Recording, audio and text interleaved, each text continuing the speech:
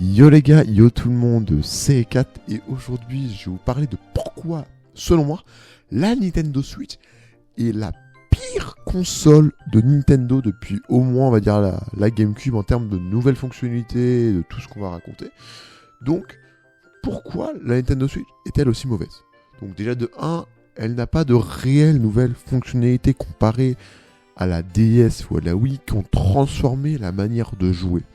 Des personnes me diront mais quoi? Tu racontes n'importe quoi, elle a des nouvelles fonctionnalités, mais c'est vrai que selon moi elle ressemble plus à un mix entre la Wii U et la Game Boy Advance, la GBA, mais qui n'est pas une nouvelle console qui apporte des nouvelles fonctionnalités intéressantes. Quand tu regardes les nouvelles fonctionnalités, de quoi ont été rajoutées, juste la console a été dockée. Et c'est-à-dire la console qui est mise, c'est-à-dire que tu peux brancher ta console sur un écran et que tu auras l'écran de ta console sur un grand écran, donc sur l'écran de ta télé.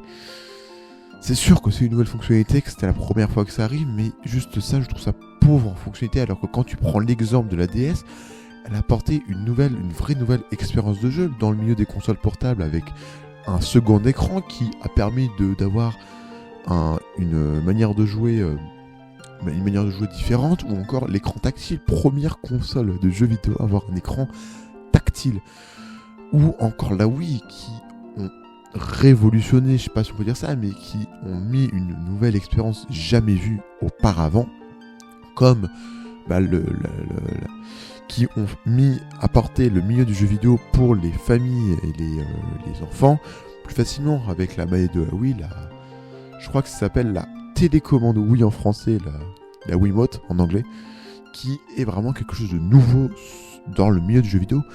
C'est vrai, la Nintendo Switch, c'est une console en termes de puissance de PS3, de salon, qui une fois retirée du dock devient une console portable banale telle la GBA de son temps, bien sûr plus puissante.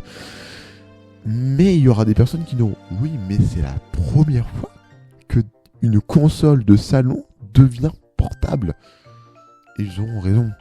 Mais quand tu joues à une console de jeu banale et que ces jeux seront plus faciles à porter sur une nouvelle machine, c'est-à-dire que les jeux Switch seront beaucoup plus faciles à porter sur une nouvelle console que des jeux 3DS ou DS qui eux soit tu dois faire des concessions sur le second écran et le mettre je ne sais où, seront plus difficiles. Quand tu regardes Luigi Mansion 2 qui a été porté sur la Switch, ce n'est pas du tout la même expérience que celle sur 3DS. Bien sûr, les jeux DS seront mieux ergonomiques sur 3DS que sur DS, puisqu'on peut paraître un meilleur écran. On peut aussi parler de l'OS de la Switch, qui est selon moi le pire OS que Nintendo n'a jamais fait de sa vie. Je suis désolé, mais l'OS de la Wii est mieux ergonomique que l'OS de la Switch. Quand je veux dire juste naviguer sur l'eShop, ça lag de fou furieux, mais ça lag. Et puis t'as l'interface qui est dégueulasse et sans âme, où tu as un choix de personnalisation qui est juste thème sombre, thème clair.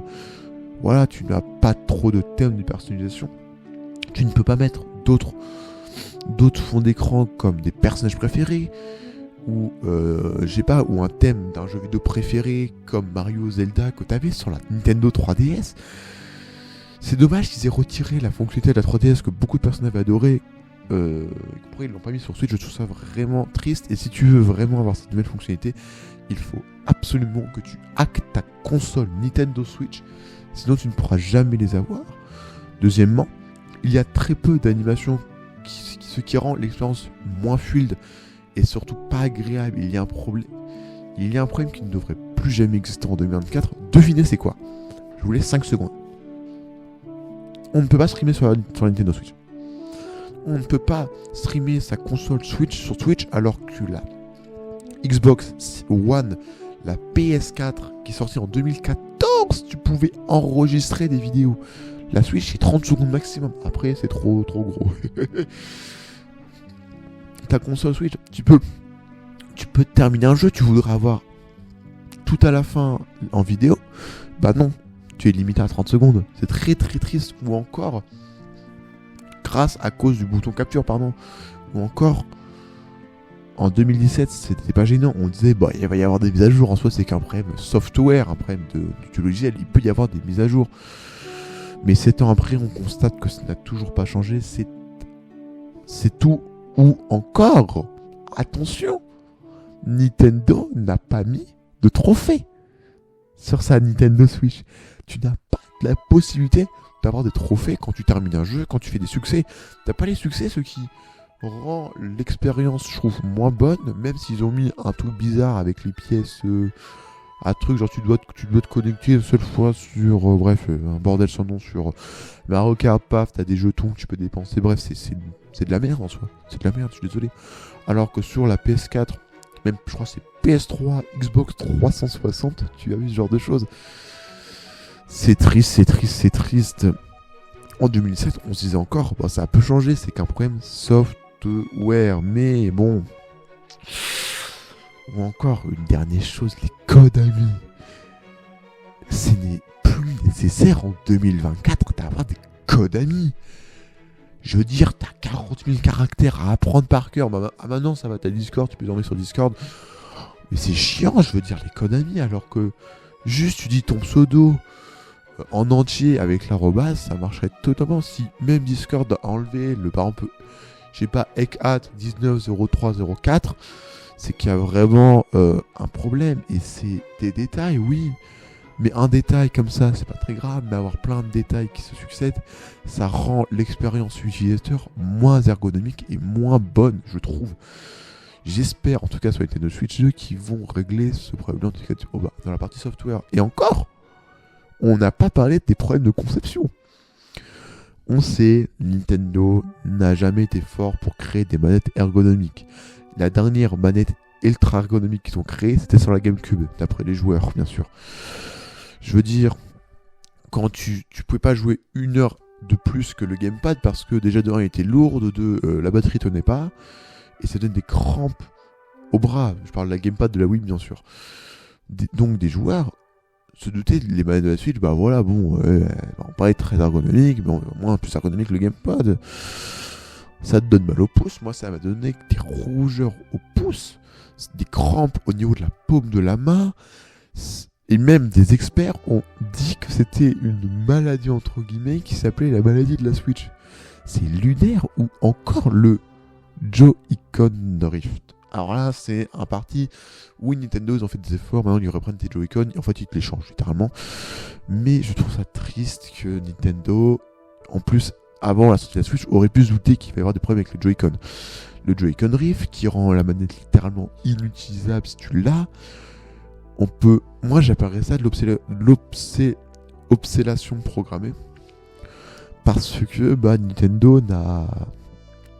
Nintendo, je pense, a voulu faire ça, mais bon, tout le monde, les syndicats de joueurs ont dit faut arrêter. Bref, je trouve que c'est vraiment éclaté au sol.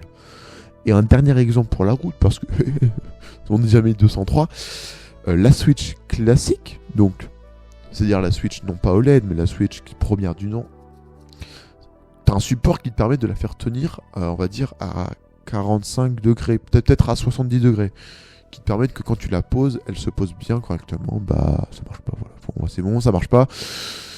Pour mieux voir l'écran et pas avoir besoin d'un support qui permet de faire tenir l'écran quand t'es en portable. Bref, c'est de la merde, ça tient pas, ça se casse au bout de 2 secondes, bref.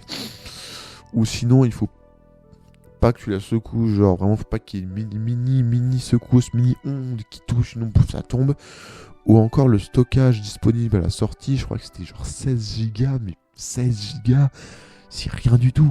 16 Go, c'est quoi? C'est une appli, c'est quoi? C'est Fortnite le bail, genre tu installes un jeu, paf.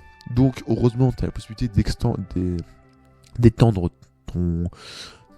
ta capacité avec une carte micro SD, mais bon, ça aurait été bien qu'ils mettent au moins 64 Go dès le départ, voire 100 Go. C'est le minimum. Mais beaucoup de problèmes avec la Switch OLED ont été réglés, comme le fait que le support, ou encore je crois que la Switch OLED était disponible avec 32 ou 64 Go dès sa sortie. Mais bon, ou encore, je n'ai pas parlé d'une chose, j'ai oublié d'une chose, c'est le fait que ça fait très jouet, très plastique. c'est de la merde, genre ça fait vraiment genre comme si tu tenais un jouet en plastique de ton gosse dans la main, bah non. Heureusement la Switch OLED a réglé ce problème. Bref, j'espère que beaucoup de joueurs, même beaucoup de joueurs hardcore gamers Nintendo, que ces nombreux problèmes que j'ai cités durant cette vidéo vont être réglés à la prochaine console, qui, selon les rumeurs, devrait être annoncée d'ici janvier-février, donc dans pas très longtemps. Bref, c'était Kat, je vous dis à la prochaine. Bye bye. Au revoir.